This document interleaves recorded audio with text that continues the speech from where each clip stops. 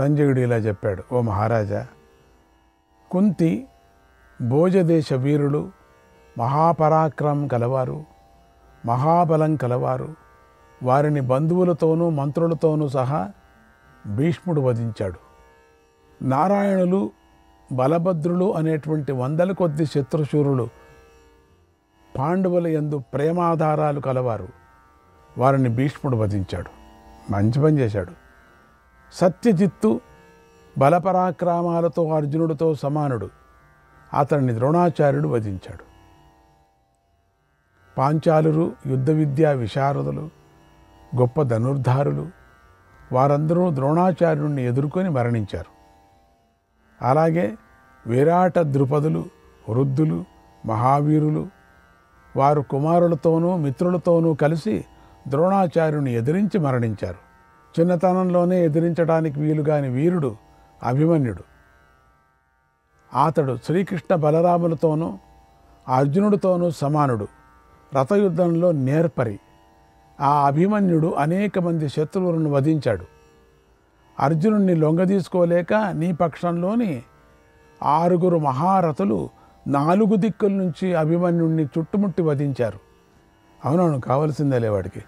వారి చేతులతో అభిమన్యుడు రథాన్ని కోల్పోయాడు. అప్పుడు దుశ్శాసన పుత్రుడు అభిమన్యుడిని వధించాడు.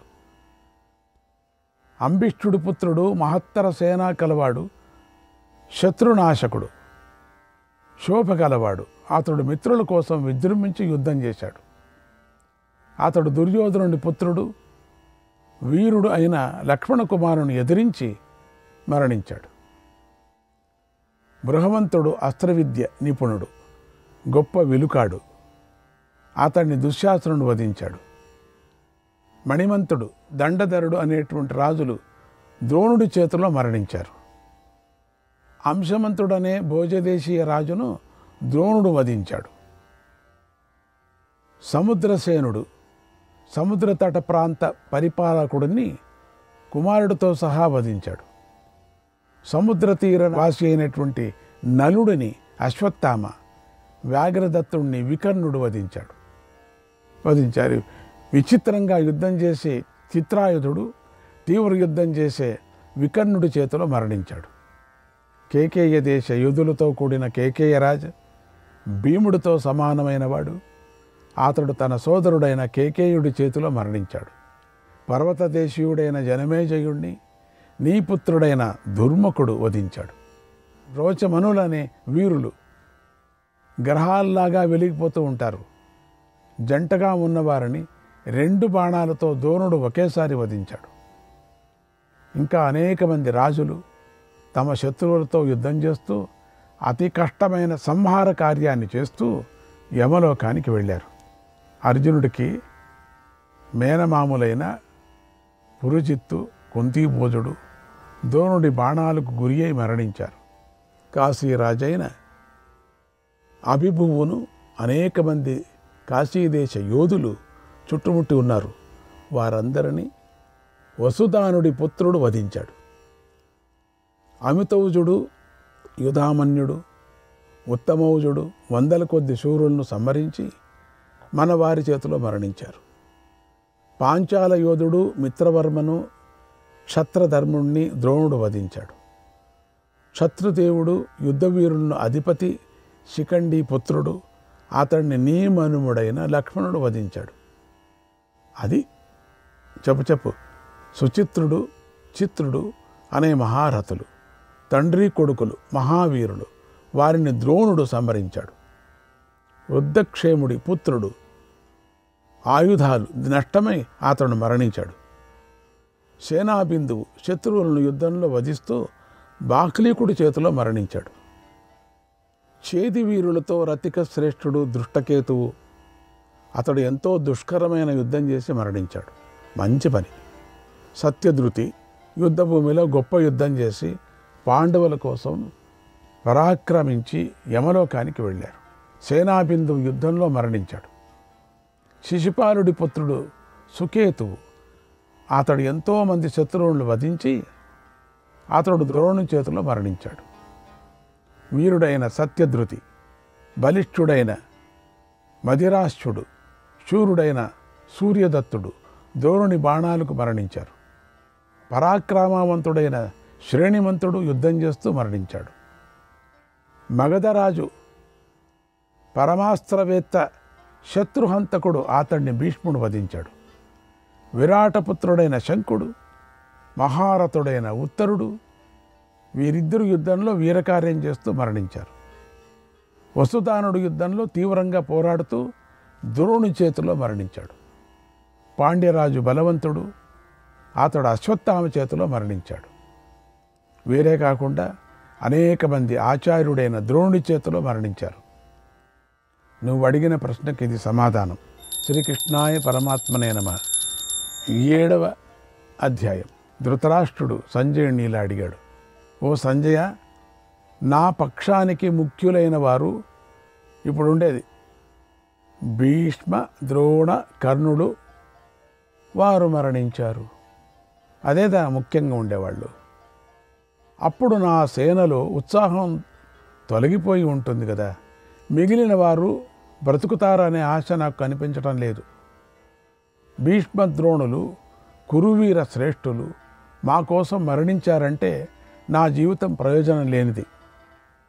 కర్ణుడు 10,000 ఏనుగుల బాహుబలం గలవాడు. యుద్ధంలో అలంకారంగా ఉంటాడు. అతడు మరణించాడని నేను నమ్మలేకపోతున్నాను.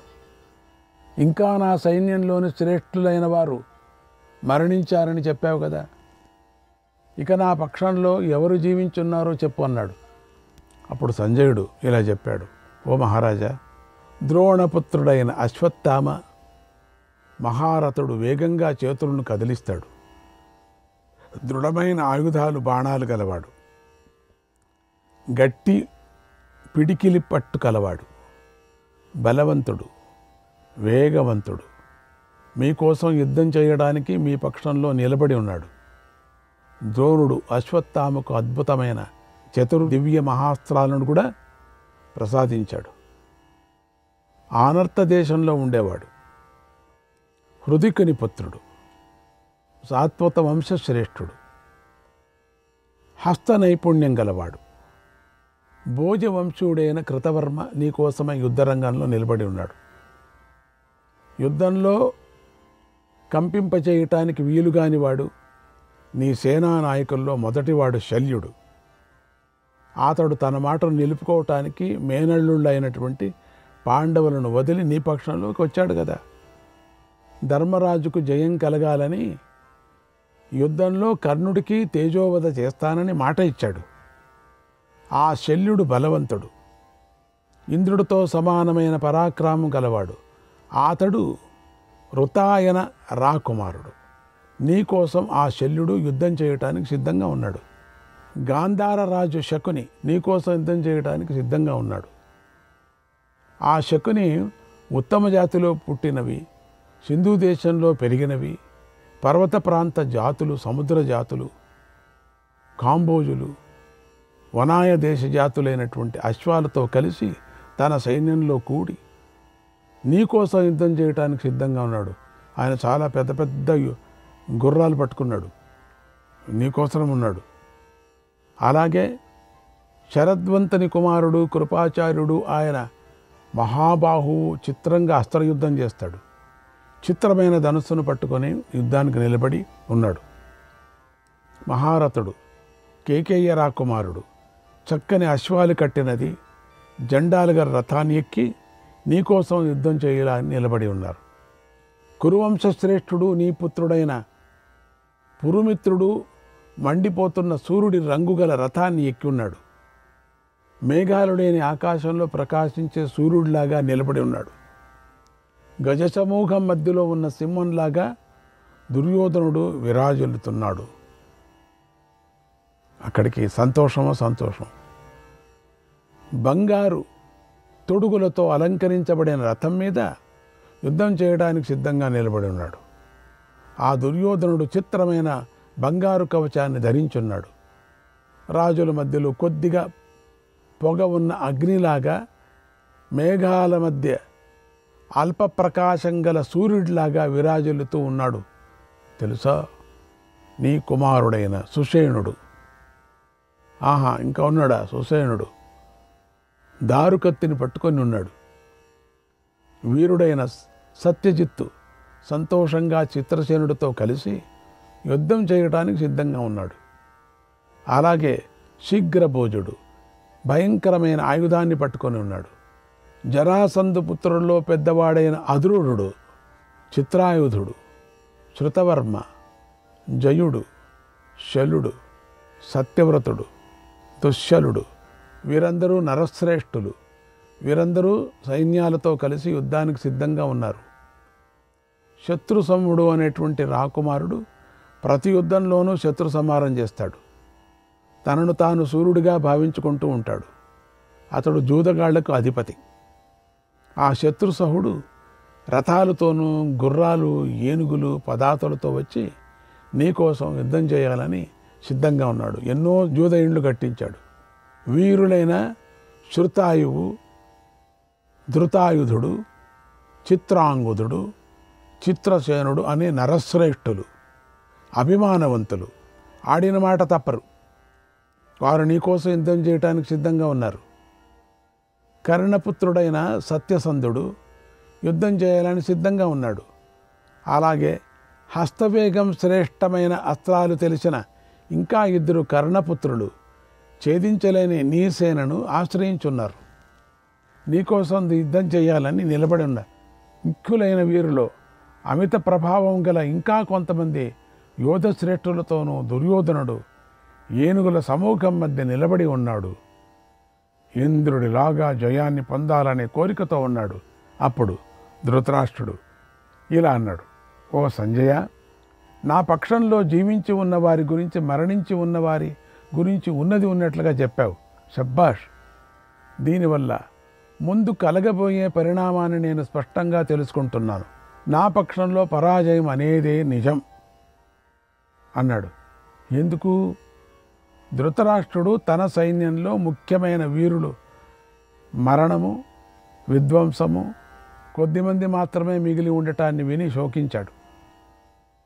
ఆయన ఇంద్రియాలన్నీ వికలమైపోగా దుఃఖిస్తూనూ ఇలా అన్నాడు. దుఃఖం వచ్చేసింది ఇప్పుడు. ఓ సంజయ, 2 గడియలు ఆగు నాయన. నా మనస్సు ఈ అప్రియ వాక్యాలను విని ఎంతో కలత చెందింది.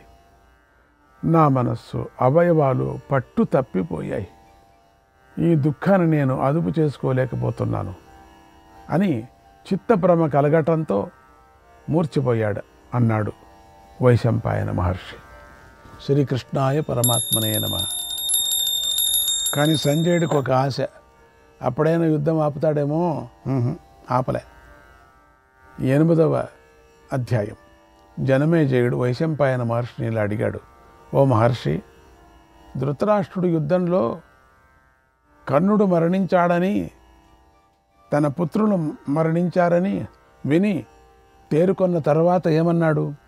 పుత్ర మరణం వల్ల ధృతరాష్ట్రుడికి మహాదుఖం కలిగింది. ఆ సమయంలో ఆయన ఏమన్నాడో నాకు చెప్పు అని అడిగాడు. వైశంపాయన మహర్షి జనమేజయుడికి ఇలా చెప్పాడు, ఓ మహారాజా, కర్ణుడు మరణించాడని విని కూడా ధృతరాష్ట్రుడికి నమ్మకం కలగలేదు. ఆశ్చర్యంగానే ఉంది. ఇంత దుఃఖమయ్యి ఇన్ని విచారాలు వినిన తర్వాత కూడా నమ్మకమే లేకపోయింది. సకల ప్రాణులకు ఆ భయంకర మరణం సమ్మోహనకరంగా ఉంది. మేరు పర్వతం తన స్థానం నుండి ఇంకొక చోటికి పోయినట్లుగా మేధావి అయిన పరశురాముణ్ణి కలిగిన చిత్త విమోహంలాగా ధృతరాష్ట్రుడు ఆశ్చర్యపోయాడు. శత్రువులకు భయం కలిగించే ఇంద్రుడి పరాజయంలాగా మహా తేజస్సు గల సూర్యుడు ఆకాశం నుంచి భూమి మీద పడిపోయినట్లుగా ధృతరాష్ట్రుడు విస్మయానికి లోనయ్యాడు. అక్షయ జలంగల సముద్రం ఊహకందని విధంగా ఎండిపోయినట్లుగా భూమి ఆకాశం దిక్కులు జలం అద్భుతంగా సర్వనాశనమైనట్లుగా పుణ్యపాప కర్మలు 2 ఫలరహితాలైనట్లుగా ధృతరాష్ట్ర మహారాజుకు కర్ణుడి మరణంతో అనిపించింది. ఇది ఇలా జరిగి ఉండదు అనుకున్నాడు. ఇంకా నమ్మకం లేదు. తర్వాత తన పక్షంలో మిగిలిన ఇతర ప్రాణులకు కూడా ఇలాగే వినాశనం జరుగుతుంది అని కూడా దుఃఖించాడు. అది నమ్మకం పోవటంతో ఎట్లా వీళ్ళకి జరుగుతుందని ఆయన శరీరం అంతా సడలిపోయింది. ఆయన దీర్ఘంగా నిట్టూర్చాడు.